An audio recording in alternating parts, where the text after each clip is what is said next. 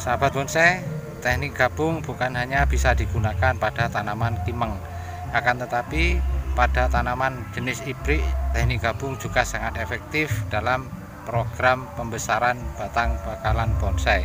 Pada video kali ini saya akan memberikan teknik bagaimana cara kita menggabung pada tanaman jenis hibrid yang pada umumnya mempunyai cabang-cabang yang berukuran besar, sehingga kita akan kesulitan bagaimana cara menggabungnya. Simak videonya berikut ini.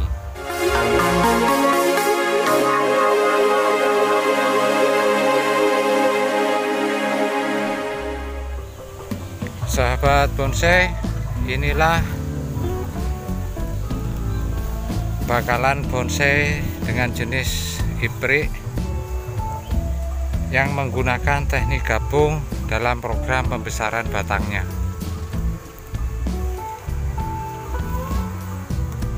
Di sini sekilas nampak kelihatan bahwa tanaman ini sudah pendek. Akan tetapi jika kita lihat lebih lanjut, sebenarnya tanaman ini masih dalam program pembesaran batang, sehingga jika kita lihat lebih dalam, tanaman ini terdiri dari beberapa batang yang sudah digabung pada beberapa bulan yang lalu.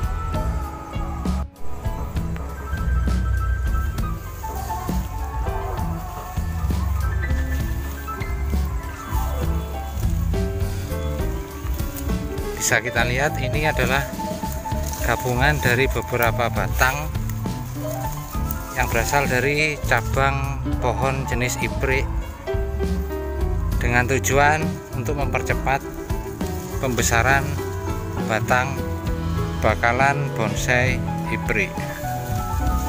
Di sini ada sekitar 9 batang dengan ukuran yang lumayan besar, yang digabung menjadi satu kesatuan untuk mempercepat pembesaran jika penyatuan ini sudah lengket ke semuanya. Tadi kenapa dikatakan bahwa tanaman ini sudah pendek? Sebab dari awal penggabungannya untuk mempermudah kita mengatur bagaimana posisi batang, sehingga yang kita butuhkan hanya sekitar 2 meter saja. Bisa kita lihat bekas potongannya di sini. Ini tujuannya tidak lain agar mempermudah dalam penggabungan cabang yang kita akan bikin batang utama. Pertanyaannya, bagaimana jika ini tidak dipotong, kita biarkan los ke atas? Nanti kesulitannya pas kita waktu penanaman, karena ukurannya yang sangat tinggi, maka kita akan memerlukan penyangga. Bisa menggunakan bambu atau kayu-kayu yang sudah tidak digunakan, bisa kita manfaatkan sebagai penyangga. Kelebihannya, jika tidak dipotong maka pertumbuhannya akan lebih cepat, dan jika dipotong seperti ini maka pertumbuhannya akan mengurangi atau lebih lambat dibandingkan dengan cabang yang tidak kita potong.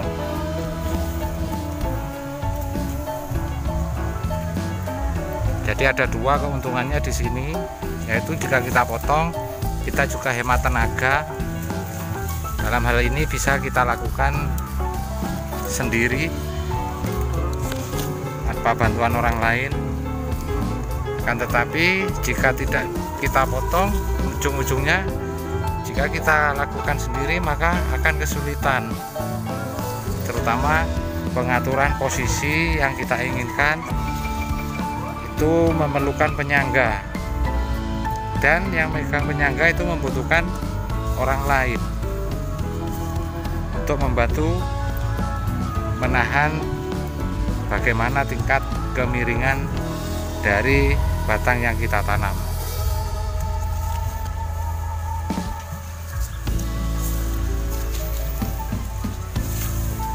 Mulai tanam sampai saat ini kira-kira pohon ibrik ini sudah sekitar 3 bulan dan sudah mulai muncul tunas-tunas sepanjang ini. Alhamdulillah tanaman ini sehat, mungkin sekitar 1 tahun pada penggabungan yang kita inginkan ini akan lengket. Kemudian kita hanya menunggu batang yang bagian bawah ini menyatu.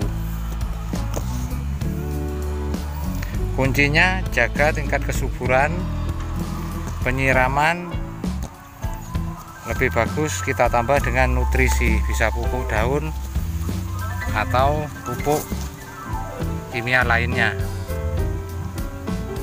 Bisa menggunakan pupuk tanam. Kemudian kita airi secara rutin agar pertumbuhannya tidak berhenti.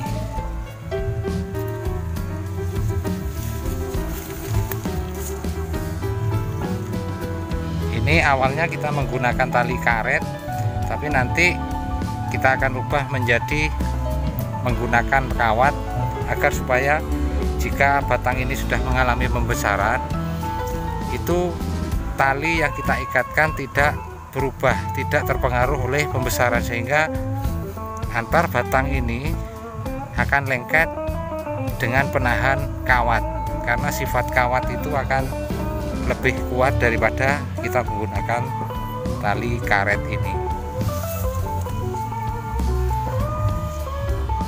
Jadi bisa kita simpulkan bahwa penggabungan pada tanaman jenis ibrik bisa kita lakukan dengan cara memotong bagian ujung, dan kita hanya memerlukan sekitar 2 meter saja yang untuk digabung, dengan tujuan untuk mempermudah jika tenaga yang kita butuhkan atau tenaga yang kita punya hanya sendiri atau 2 orang. Makanya lebih efektif jika ukuran yang kita gabung itu sekitar 2 meter. Kalau panjangnya kita los, kita ambil semua sampai ujung, kita akan kesulitan dalam menata bagaimana posisi yang kita inginkan. Sebab dengan ukuran sebesar itu, maka beban yang ditahan oleh pohon itu juga semakin berat, sehingga kemungkinan kita bisa menginginkan posisi yang pas itu akan sulit. Belum lagi ada terpaan angin dan hujan. Jadi itu intinya pada video kali ini. Mudah-mudahan bermanfaat. Jangan lupa yang belum subscribe, silahkan subscribe untuk pengembangan channel ini. Terima kasih. Salam satu hobi. Salam bonsai.